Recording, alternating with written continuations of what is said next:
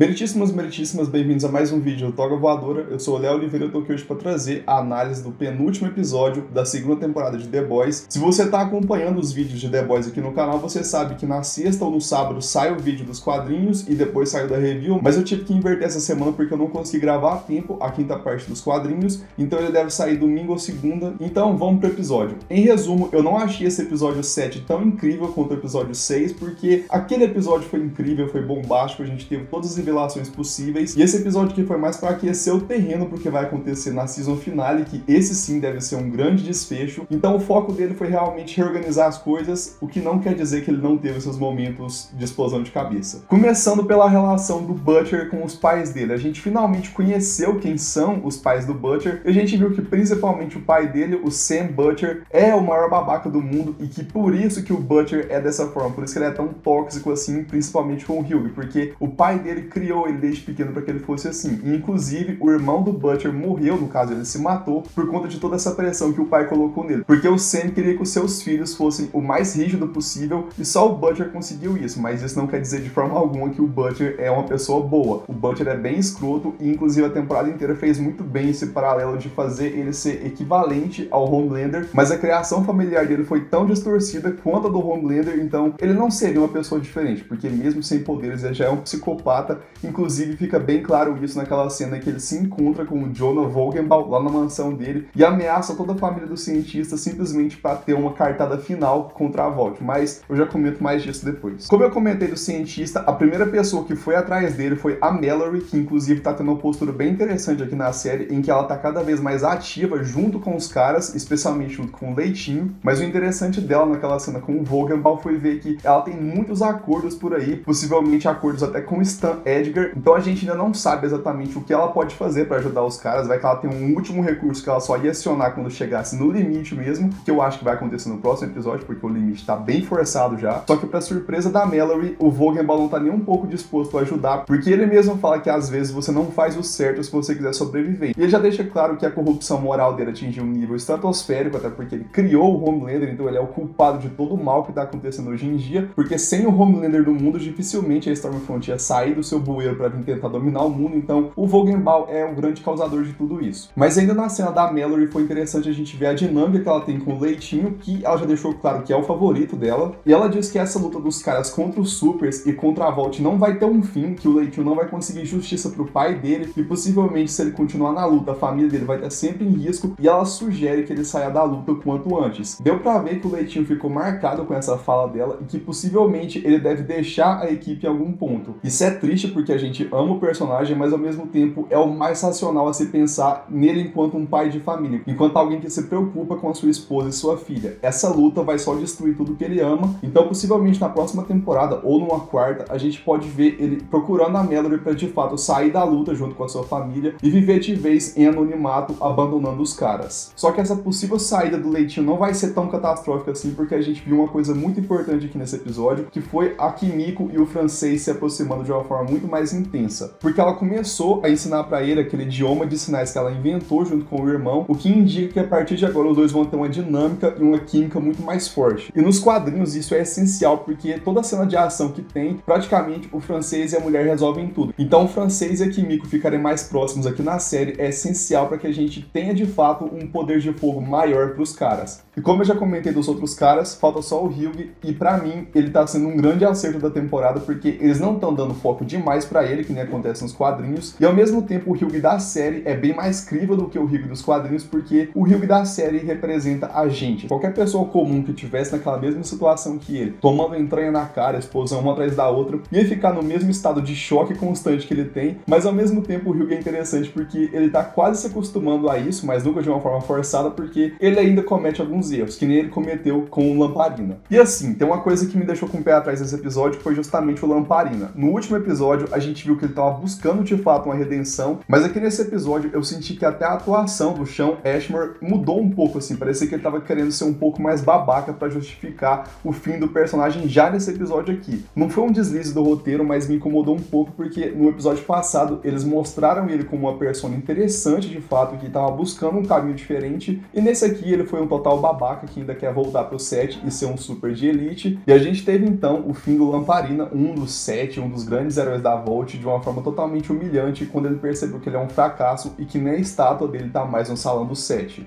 E mais um detalhe interessante do Hyuga nessa parte aqui é que ele não teve receio de ir lá e cortar a mão do Lamparina, porque ele sabia que precisava da biometria dele para abrir as portas. Se fosse o Hyuga de antes, ele ia ficar um pouco mais relutante, mas esse Hyuga de agora já tá um pouco mais acostumado. E como eu já falei da Anne, toda a participação dela nesse episódio foi muito pontual. Ela não teve grandes dinâmicas, até porque ela ficou presa a maior parte do tempo, mas a figura da Starlight foi muito bem utilizada no roteiro, principalmente no discurso da Stormfront. A primeira cena do episódio foi aquele assassinato muito estranho em que um cara que aparentemente é um incel, que estava se tornando um fanático pela Stormfront, ele começou a suspeitar que um comerciante local fosse um super vilão por conta da ascendência muçulmana do cara, então ele se valeu dos discursos da Stormfront para ir lá e executar ele simplesmente por conta de uma suspeita. Toda a crítica por trás dessa cena foi muito genial porque condiz muito bem com todo o contexto da temporada de mostrar que líderes políticos com discurso muito inflamado vão sempre causar merda na sociedade, porque pessoas como aquele cara que tem uma mentalidade um pouco mais frágil e que se sentem excluídos da sociedade quando encontram uma líder como a Stormfront com um discurso tão poderoso de proteção do país, eles se acham no dever e no direito de proteger a sua pátria, matando qualquer pessoa que ele julga que seja o inimigo. E trazer esse comentário justamente na Stormfront, que é uma nazi fora do seu tempo, que hoje em dia ganhou um espaço midiático justamente subvertendo o discurso, é muito interessante pra gente pensar que os grandes líderes que espalham o ódio hoje em dia não são nada diferente dos nazis da Segunda Guerra Mundial. E bom, esse arco da Anne aqui trouxe também uma grande participação do Black Noir, que foi interessante pra gente ver como que ele tá meio que posicionado nesse jogo todo. A gente sabe que ele se reporta diretamente pro Edgar, mas a gente não sabe ainda se o Edgar se reporta totalmente pra Stormfront ou se ele ainda tá querendo planejar alguma coisa pra trair a sua suposta líder e assim ele assumir de vez a Vault. Mas até esse momento aqui fica subentendido que o Black Noir tá de fato cumprindo os interesses da Stormfront, então ele vai lá, prende a Anne, e quando a Anne consegue escapar por conta da falha de segurança que o Hyuga provoca, é ele que vai atrás dela, e a gente tem mais um momento muito tenso em que eu achei que de fato a Anne ia morrer ali, pro Black Noir. Eu vi que muita gente comentou no último vídeo que não faz sentido achar que a Anne vai morrer, mas assim, gente, é uma adaptação, eles podem mudar muita coisa, eles podem tirar a importância que a Anne tem ou colocar uma importância diferente, que seria justamente um novo tipo de trauma pro Hyuga, o que eu acho que tem seus problemas, mas no contexto geral faz sentido porque a Anne tá comprando uma briga muito grande, mas eu também não queria que ela morresse porque eu gosto muito da personagem e eu acho que ela tem um pouco mais de futuro na série, mas o foco é que no momento que o Black Noir ia finalizar ela, a Maeve aparece e salva o dia utilizando a kryptonita do Black Noir, que é um doce de nozes. Mas o mais importante foi que no momento em que ela foi colocar a comida na boca do Black Noir, a gente conseguiu ver um pouco do rosto dele, que é um rosto queimado aparentemente de algum acidente, algum incêndio ou até mesmo radiação, alguma coisa nesse sentido. Mas eu realmente acredito que não vai ter nada a ver com os quadrinhos, o Black Noir não vai seguir aquele arco dele com o Homelander ali, que o Black Noir vai ser uma coisa totalmente nova da série, que ainda assim vai ter o seu papel de destaque, mas ao mesmo tempo ele perdeu uma função muito grande, que é que somente o Black Noir poderia deter o Homelander. Ele é alguém que tem um poder equivalente ao do líder do 7. Eu realmente acredito que o Black Noir não é tão poderoso assim quanto nos quadrinhos, até porque a Maeve conseguiu dominar ele facilmente, tá que a Maeve teve o fator surpresa e ela também é uma super muito poderosa, mas acredito que se o Black Noir fosse de fato tão forte quanto nos quadrinhos, primeiro que ele teria percebido ela chegar por conta da sua super audição, e outra que ele não seria tão facilmente dominado, ele conseguiria se soltar mais rapidamente. E teve muita gente falando também que ele morreu depois que ingeriu as nozes, mas assim, gente, é uma crise alérgica e ele é um super. Além de ter um fator de cura mais aguçado que o humano, eu acho que dificilmente ele não conseguiria sair daquela situação ali, até porque o remédio dele ficou bem próximo do corpo dele, e se ele fosse morrer de fato, eu acho que teria um destaque maior da cena. Já que eu comentei da Maeve, eu venho falando há algumas semanas já que eu acho que a personagem vai morrer nessa temporada ainda, e eu acho que é agora, na season finale, porque nesse episódio aqui, ela não só se separou mais uma vez da Helena, como também rompeu de vez com a Vault, e inclusive brigou com o Black Noir para proteger a Starlight, que é publicamente uma traidora. Então nesse ponto da história, eu acho que a personagem tá indo justamente para sua reta final, ela não tem muita escapatória para ela, porque ela já é também uma traidora da Vault. Então assim, ela vai confrontar o Homelander no próximo episódio, vai mostrar as filmagens para ele, e se ela for esperta, certa, ela vai fazer esse confronto acontecer em público, porque assim ela vai dar uma arma extra pros caras para que eles possam voltar o jogo contra o Homelander. E falando do Homelander, o importante dele nesse episódio aqui foi justamente alguém que veio dele, que é o Ryan. A própria Stormfront confirmou que o Ryan foi o primeiro nascido super. Ele não foi criado, ele veio fruto de uma gravidez. Então assim, quem teorizava que o filho do Translúcido tinha poderes, pode esquecer. A própria Stormfront, que sabe de tudo aparentemente, confirmou que o Ryan é muito valioso. E isso é muito importante para uma teoria que eu já tinha comentado antes, que o Homelander não é só a chave da próxima geração de supers, o líder desse novo exército superior, como também a chave para uma nova geração de uma raça realmente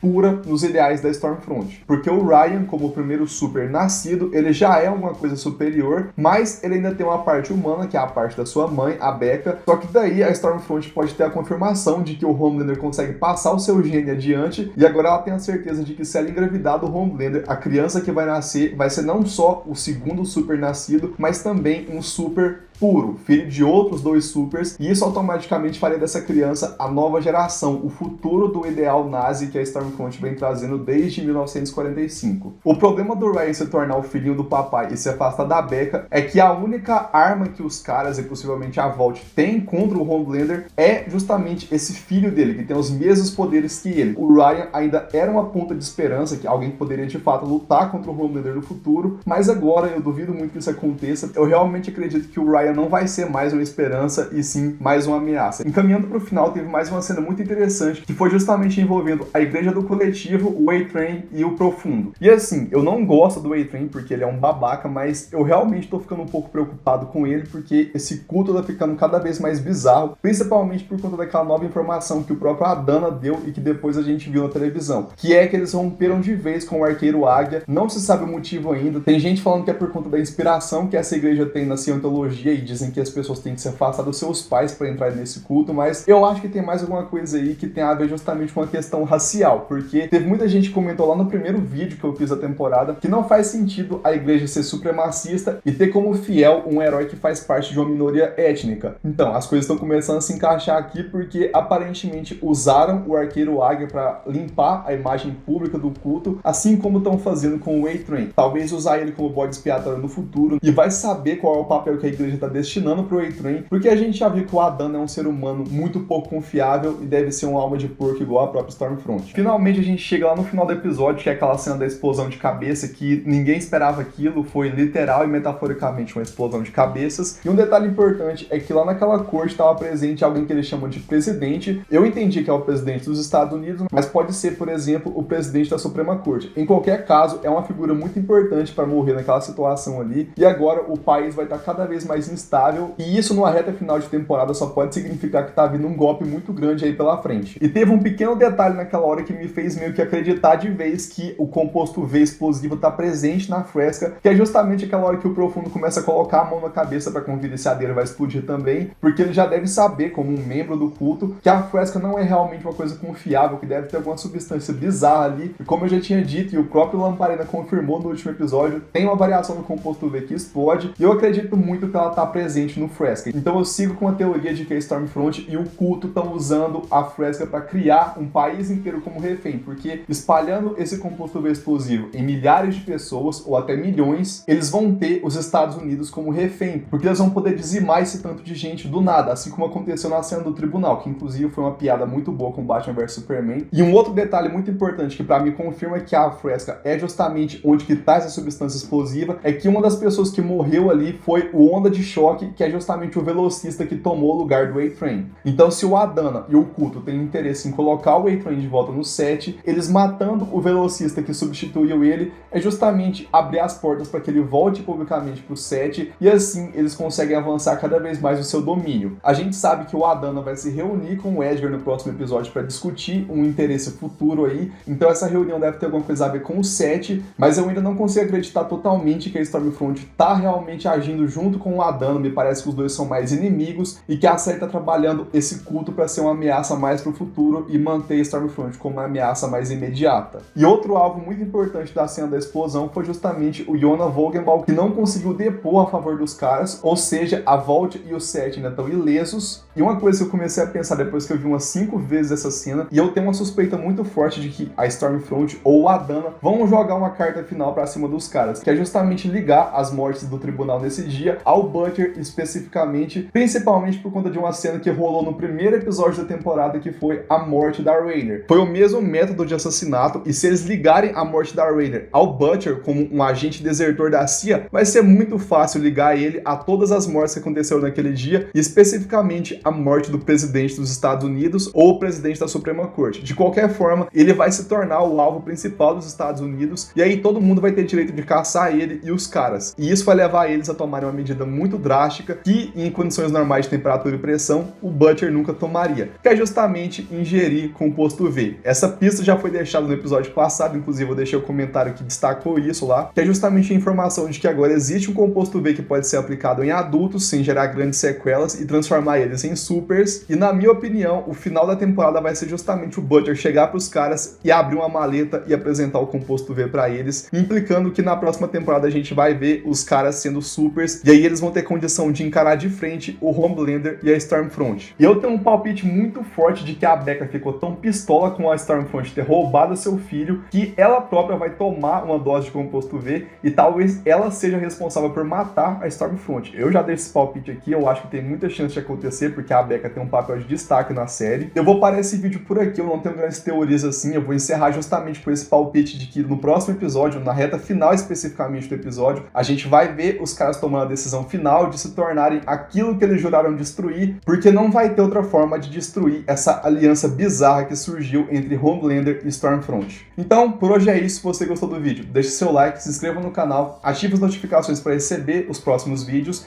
e comenta aqui o que você achou desse episódio, se você concorda que tem chance dos caras usarem o composto V, e se você gosta dessa ideia. Eu acho que faz sentido e vai ser uma adaptação fiel aos quadrinhos nesse ponto, mas eu gostei de ver eles seguirem sem composto V até aqui, e se eles não usarem e tiverem uma saída mais inteligente que isso, eu vou ficar muito feliz, mas no geral a temporada inteira tá incrível e eu duvido muito que vão errar nessa reta final. Então vejo vocês no próximo vídeo, que é o dos quadrinhos, que deve sair amanhã ou depois. Fica de olho no canal que você vai ver. Então, até a próxima e tchau!